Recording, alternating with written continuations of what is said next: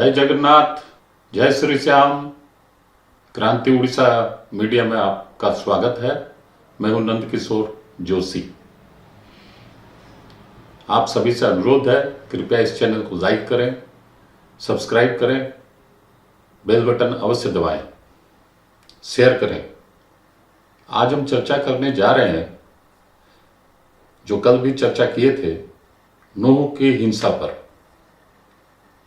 आज जो मीडिया में खबर आ रही है कि 100 से ज़्यादा लोगों की, दंगाइयों की गिरफ्तारियां हुई हैं और वहाँ नूह के सदर थाने परिसर में इन लोगों का पुलिस ने जमावड़ा किया है और आज इनको वहाँ के कोर्ट में पेश किया जाएगा। इनकी रिमांड मांगी जाएगी, ऐसी सूचना अभी रिपोर्ट हमारे पास पहुंची है। बात यह है कि ये जो घटना हुई है, ये घटना होने के पहले कोई भी सरकार की तरफ से, हरियाणा सरकार की तरफ से कोई भी प्रिवेंटिव मेजर्स अपनाए नहीं गए थे। इंग्लिश में एक कहावत है, prevention is better than cure. मतलब हम लोग बीमारी ना हो, हम रोगी ना बने, ऐसी व्यवस्था होनी चाहिए। क्यों बीमार होंगे, रोग हमें घेरेगा, डॉक्टर के पास जाएंगे, वो पर्चा लिखेंगे, वो पर्चा के बाद में हम दवा खाएंगे, 5-7 दिन, 10 दिन, 15 दिन दवा लेते रहेंगे। इससे तो अच्छा है हम ऐसी व्यवस्था करें, हम बीमारी ना पड़े। ये बात मैं इसलिए कहने जा रहा हूं कि भारत की जो पुलिस व्यवस्था है, ये तो ब्रिटिश जमाने से आज तक वही व्यवस्था चल रही है। 200 साल तो ब्रिटिश के हम लोग गुलाम रहे। 75वां अभी हम लोगों का अमृतकाल आज़ादी महोत्सव चल ही रहा है। करीब 250 साल तक जो पुलिसिया व्यवस्था हमारे देश में थी और है, वही आज चल रही है।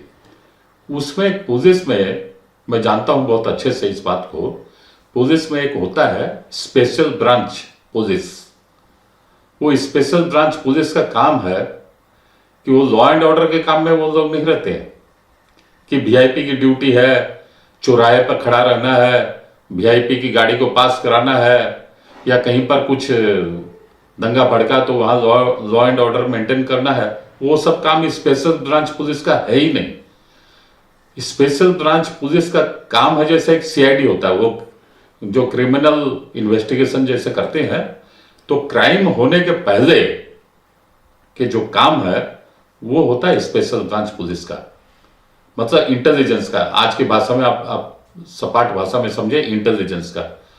तो वहां तो 100% इंटेलिजेंस फेल्योर था नूह में, और स्पेशल ब्रांच पुलिस का तो नामो निशान ही नहीं था। जैसे यहां तक कि पुलिस महकमे की इतनी लापरवाही तो शायद भारत में कहीं नहीं देखी गई होगी। जिले का कप्तान यानी एसपी, वो छुट्टी में, उनके जो नीचे आता है डीएसपी, वो भी लापता। किस कारण से लापता अभी तक हम लोगों के पास खबर नहीं पहुंची है, लेकिन ड्यूटी में एब्सेंट थे।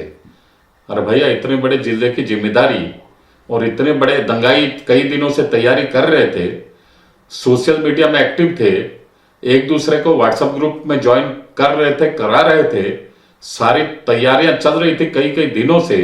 उसी हिसाब से साजो सामान भी इकट्ठे किए जा रहे थे, पेट्रोल बम बन रहा था, लाठियां पत्थर वगैरह छतों के ऊपर पहुंचाए जा रहे थे, और सबको जानकारी थी। पुलिस को कैसे जानकारी नहीं थी? इंटेलिजेंस को कैसे जानकारी नहीं थी? स्पेशल ब्रांच पुलिस को कैसे जानकारी नहीं थी? बड़े आश्चर्य की बात है। इतना बड़ा जुलूस गया और उसके 3-4 महीने पहले ही उसी एरिया में बहुत बड़ी तलाशी ली गई थी। जैसे मैंने कल भी बोला, 5000 पुलिस का नियोजन हुआ था उस तलाशी में। ये जिहादियों की जो तलाशी ली गई थी, जो ये लोग उस एरिया को बना रखे मिनी पाकिस्तान, वहां पर जो 3-3.5 महीना पहले जो तलाशी ली गई थी, ये लोग का कोई अलर्टनेस था ही नहीं। कौन लोग थे? ना थानेदार।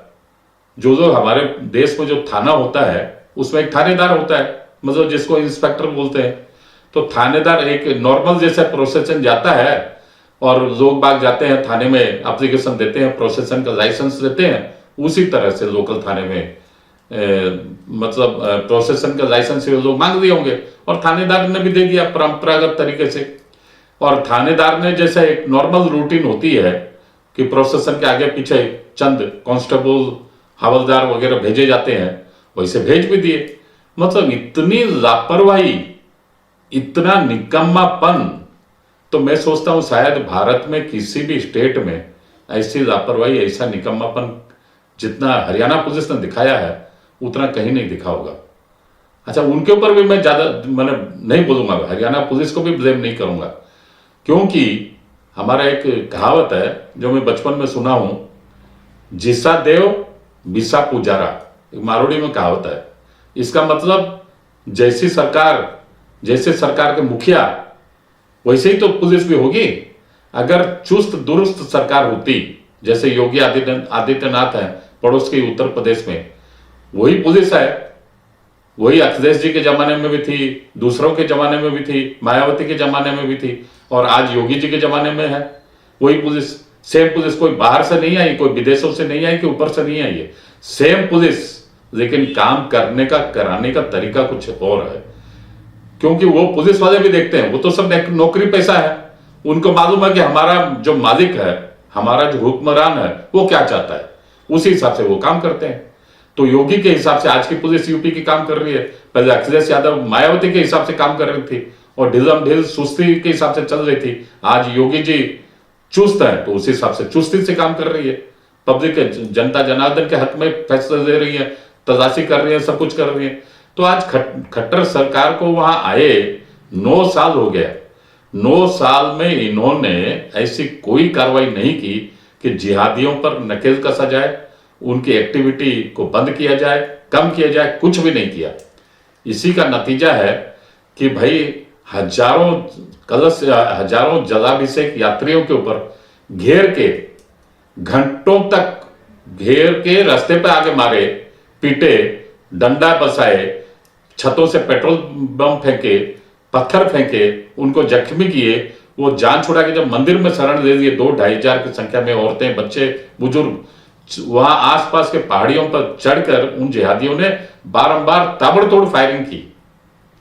मतलब इतना बड़ा इन लोगों का षड्यंत्र था या आगे से योजना थी और सरकार को कहीं भनक नहीं।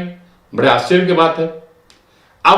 अब दिखावट, क्योंकि अभी सब जगह मैंने आस्ते आस्ते सब बदनामी हो रही है हरियाणा सरकार की, खट्टर सरकार की, तब अब थोड़ी सरकार जैसी लग रही है कि हाँ अब वो नींद से जागी है, कुंभकर्ण की निद्रा से अब सरकार खट्टर जी की अब जागी है, और वहां के अनिल विज जी जो गृह मंत्री वो भी जागे हैं। अब ऐसा लगता है। आज ताजा खबर यह है कि 140 के करीब जिहादियों को पकड़ा गया है, पकड़ सदर थाने में रखा गया है, उनकी पेशी होगी कोर्ट में। अब मैं 1-2 बात और आपको बताना चाहता हूं। इतना बड़ा वहां पर दंगा हुआ, और मजेदार बात यह है कि एक शोरूम उस एरिया में था, नया बाइक का शोरूम। दंगाइयों ने वो शोरूम को तोड़कर, उसके किवाड़ तोड़कर, मेन गेट तोड़कर, अंदर में घुसकर उनके गोदाम से, बाइक के गोदाम से 200 बाइक निकाले हैं, नए बाइक फ्रेश निकाल के उनको आधा तो फेंक दिया ऐसे ही, आधा तोड़ फोड़ कर दिया और कुछ को आग लगा दिए। मतलब कितनी इनके मन में जहरीलापन बैठा हुआ है, इसी से साफ साफ जाहिर होता है।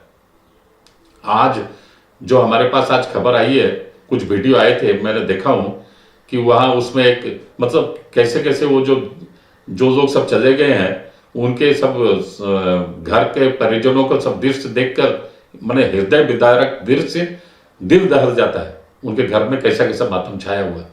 उसमें तो कुछ तो लोग बोले कि जो लोग इसमें चपेट में आ गए, दंगा के चपेट में आ गए, दंगे की, उन लोगों के घर में एकमात्र कमाने वाला वही था। अब उनके परिवार की क्या हालत होगी, परिवार को कौन चलाएगा, भगवान भरोसे है। अब और एक बात यह देखने के लायक है कि जो लोग मारे हैं, जो पीटे हैं, जो दंगाई हैं, उन्होंने जाकर सुप्रीम कोर्ट में फरियाद की है।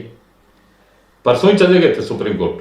फरियाद क्या की है कि अब जब जो लोग सब प्रदर्शन करने आएंगे सड़कों पर, दिल्ली की सड़क पर, उनको प्रदर्शन करने की अनुमति न दी जाए।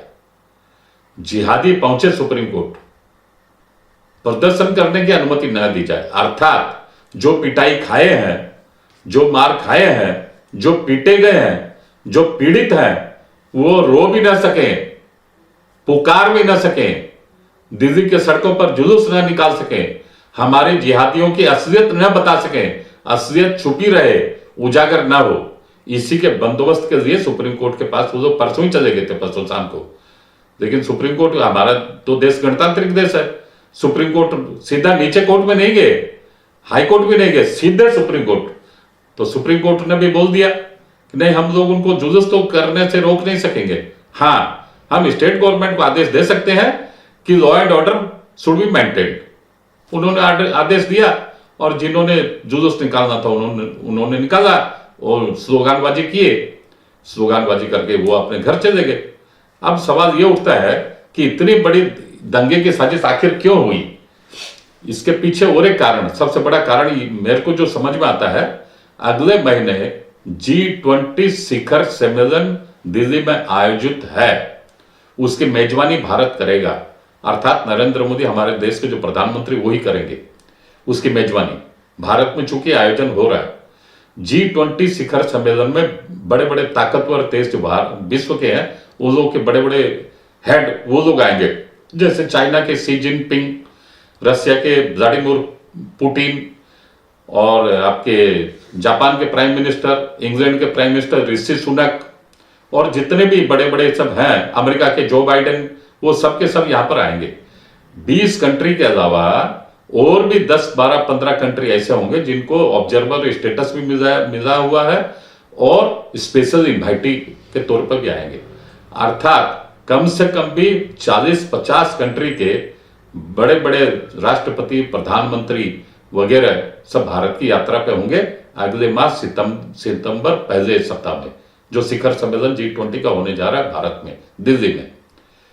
एक बात यहां गौर करने के लायक है कि आज से करीब 4 साल पहले, 3.5-4 साल पहले, जब अमेरिका के राष्ट्रपति आए थे डोनाल्ड ट्रंप दिल्ली, ठीक उनके आने के चंद दिन पहले ही वहां दिल्ली में दंगा भड़काया गया था, दिल्ली में दंगा किया गया था जानबूझकर, जिससे कि इंटरनेशनल मीडिया के सामने भारत की छवि खराब हो।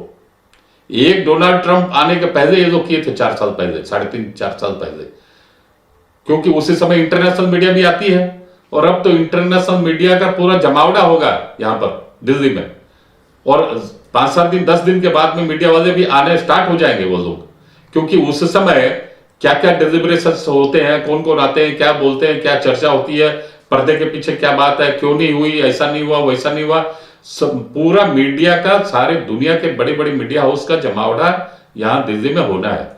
और उसके 1 महीना पहले ये कांड हुआ है।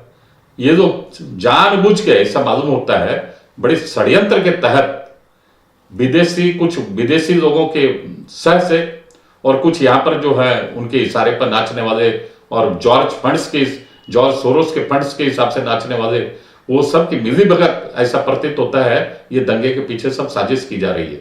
और जिहादी तो बैठे हुए हैं, उनको तो ये सब कुछ काम मिल जाने से वो लोग मतलब बहुत अच्छे से वो उसको अंजाम देते हैं। तो इससे साफ साफ मालूम होता है कि सरकार को, भारत सरकार को, हमारे देश में जितनी भी राज्य सरकारें हैं, उन सबको बहुत सतर्क होने की जरूरत है, क्योंकि आगामी महीने में तो इस G20 शिखर सम्मेलन होगा। उसके पश्चात त्योहार हमारे जैसे दुर्गा पूजा है, दिवाली है, वो आएंगे। तत्पश्चात 4-5 स्टेट में विधानसभा चुनाव हुआ, उसके बाद हमारे देश में अप्रैल में लोकसभा चुनाव है।